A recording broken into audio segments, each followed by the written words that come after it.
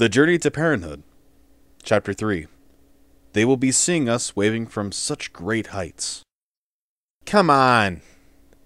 No, she grumbled. Please. I said no, she moaned as she tried to fall back asleep. Button lay down in front of Sweetie Belle's face and did the best pouty face he could. But I loves you, he whined. Sweetie Belle blinked her eyes to see and giggled. Giggled at Button's expression, kissing his nose and making him blush. That's great, and I love you too, she told him, making him blush even more.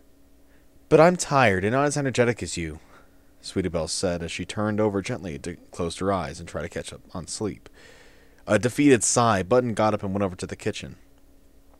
I don't see what the big deal is, Button, Rarity said. You should know how to make your own plate for breakfast. Well, I was tired because somebody decided to drink my coffee, he groaned tiredly. Rarity shrugged and acted like she didn't know what Button was talking about, while reading the local newspaper. As Button opened the fridge, he looked around and found a carton of orange juice and grabbed it before walking over to the table, slowing down and seeming to drag something as he sat down. Good morning, Uncle Button, Gemlight exclaimed happily as she climbed up on his leg and onto his chest before giving him a hug. Button laughed as he hugged his niece. Gemlight, it's rude to interrupt ponies during their meal, she scolded. But Rarity, Button whined, making Gemlight giggle. Oh, fine, she said with a roll of her eyes. Rarity watched as her daughter climbed up and sat on Button's shoulder as he ate. Then, going to the den as they jumped around happily, she smiled at the two. Button left after eating and went out to explore Ponyville once more. The day had no clouds out. Fillies and colts yelled happily as they played at school. Seeing another beautiful day in Ponyville for Button Mash made him happy as he trotted happily down the street and towards Some Pony's house, waving a few ponies that passed by him. As he passed by, he saw Twilight leaving the bakery. She looked over and smiled before trotting over. Button! She exclaimed. It's great seeing you here. How's Sweetie Belle? She asked.